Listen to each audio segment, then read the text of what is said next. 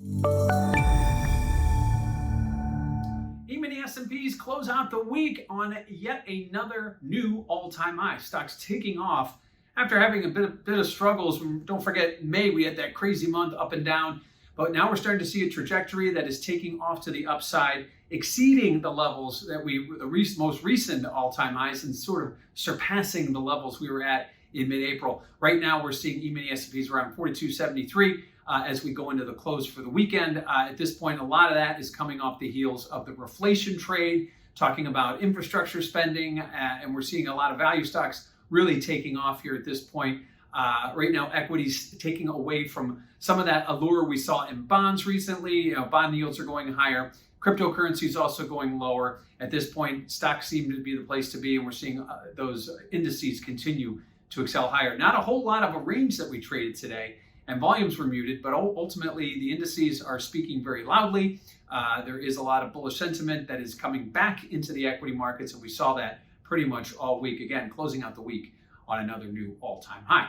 Now, what does that mean for volatility? Well, as stock indices go higher, typically we see volatility go lower, and that's exactly the case we've seen. Volatility closing at its lowest since mid-February of 2020. So you got to go all the way back to 2020 for this, for as low as we've seen. And right now, volatility will be very much dependent on how those equities continue to move. We continue to make new highs, expect volatility to go lower. We see any kind of a pullback of any significance, volatility will stop going lower, possibly even going higher. But we're seeing lower highs on any of these declines in equities, given the fact that there are plenty of buyers on the sidelines waiting for an opportunity to get into the market. And right now, we're seeing that as we continue to see indices extend higher, especially in the E-minis.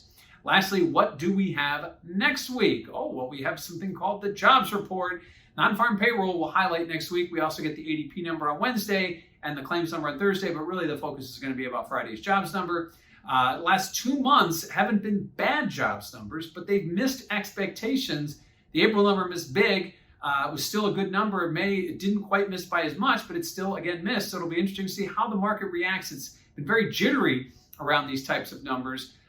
When we get these jobs numbers, will they show growth? Will they continue to show job expansion? Most likely, yes, but will they in the area of expectations?